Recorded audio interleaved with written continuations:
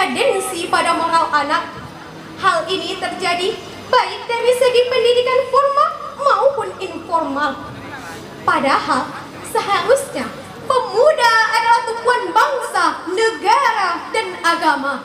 Namun, jika mereka sudah tidak lagi memiliki akhlak, moral, serta jiwa kepemimpinan, lalu bagaimana cara mereka menjadi pemimpin bagi bangsa dan agama kita di masa mendatang?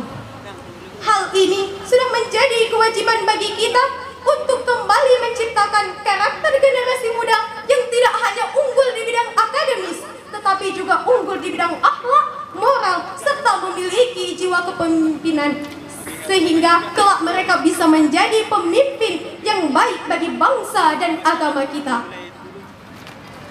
Allah Subhanahu wa Ta'ala telah berfirman dalam Al-Quran surah Ali Imran ayat 28 yang berbunyi, A'udzu billahi minasy syaithanir rajim. Bismillahirrahmanirrahim. La yattakhidhul mu'minuna al-kafirina awliya'a min dunil mu'minin. Wa man yaf'al dhalika falaysa minallah. Shadaqallahul 'azim.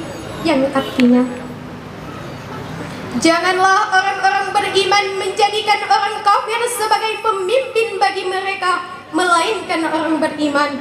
Barang siapa yang berbuat demikian, niscaya dia tidak akan memperoleh apapun dari Allah. Al-Quran surah Ali Imran ayat 28.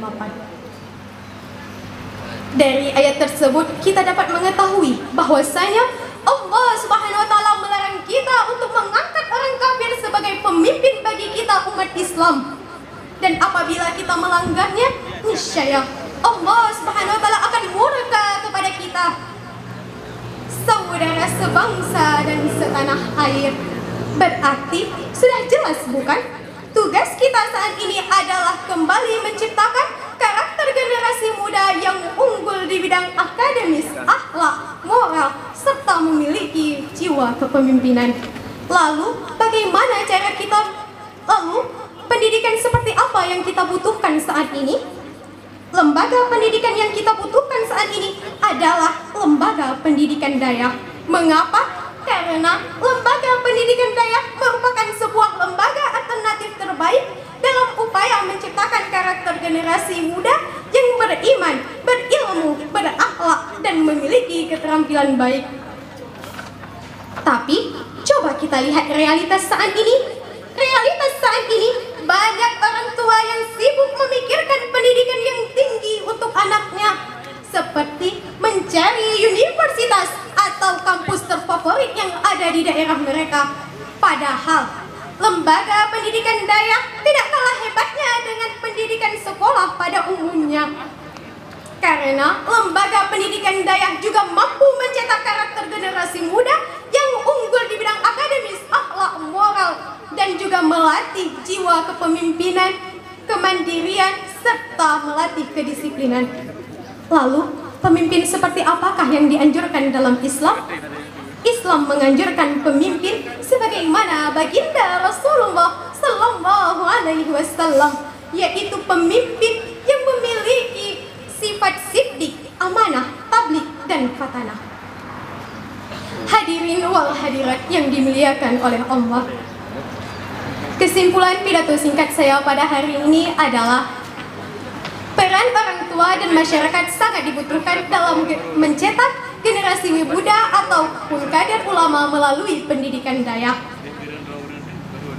Oleh karena itu, marilah sama-sama kita wujudkan karakter generasi muda yang tidak hanya unggul di bidang akademis, tetapi juga unggul di bidang akhlak, moral, serta memiliki jiwa kepemimpinan sebagaimana yang dianjurkan dalam Islam, sehingga kedepannya insya Allah mampu memerintahkan bangsa dan agama kita sesuai dengan syariat Islam.